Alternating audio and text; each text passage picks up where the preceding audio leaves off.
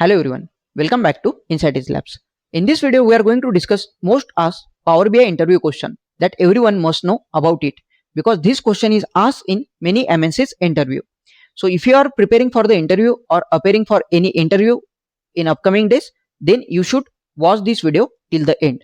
So let's try to understand that particular question with the help of practical scenario first, and then we'll try to understand with the help of practical demo. So the scenario which they have given us here, you are designing interactive sales analysis dashboard in the Power BI.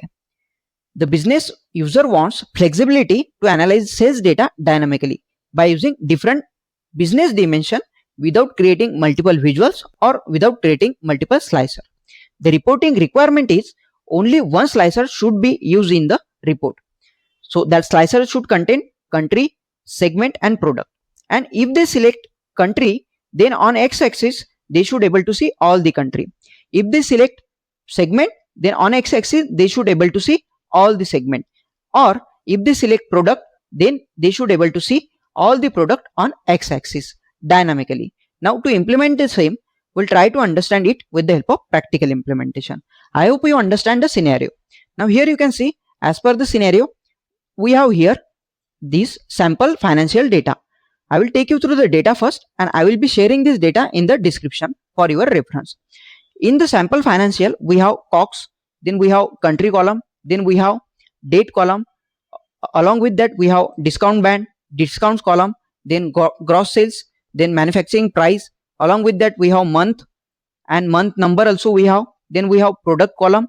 Along with that, we have profit, sales price, sales, segment and unit source, as well as we have year column as well. Now as per the scenario, what they want in the slicer, they want three parameters. First one is country, second one is segment and third one is product. Now we'll try to understand how to implement the dynamic parameter in the Power BI with the help of practical implementation of it. So see here, the data set which we are going to make use of, that is nothing but the sample financials, which I have already taken you through this particular data set, and link of this data set I will be sharing in the description for your reference. Now to implement the dynamic parameter, I will first of all click on modeling tab, and you will able to see new parameter option. Just click on new parameter. You will able to see two kind of the parameter. First one is numeric range and second one is field parameter. As per our scenario, I will click on field parameter, and then you can just rename this parameter. I will rename it as a category.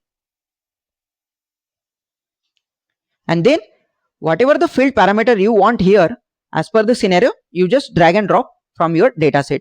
We want country, then we also want segment, and along with that we also want product as well. So I have added three parameter, country, segment and product, and I will check this to create the slicer, and I will click on create. Now here you can see it has added this slicer on our canvas. Now as per the scenario, what we want column chart here. So to create the column chart, I will just add column chart in the canvas, and on y-axis I will take sales from our data set. So I have taken sales on y-axis, and as per the scenario, our x-axis should be dynamic as per the parameter selected in the slicer. So I will drag and drop parameter which we have created, that is nothing but category, on x-axis. Now here you can see, if I select country, I am able to see all country on x-axis from our data set. Here you can see I am able to see sales distribution by the country. If I select segment here, I am able to see sales distribution by the segment.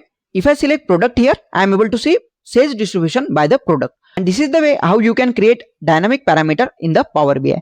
So I hope you understand this particular scenario and question very well for your upcoming interview. If you found this video helpful, then make sure to subscribe our YouTube channel. Thanks everyone for watching, and stay tuned with the next interview question like this. Till then, keep learning, keep exploring.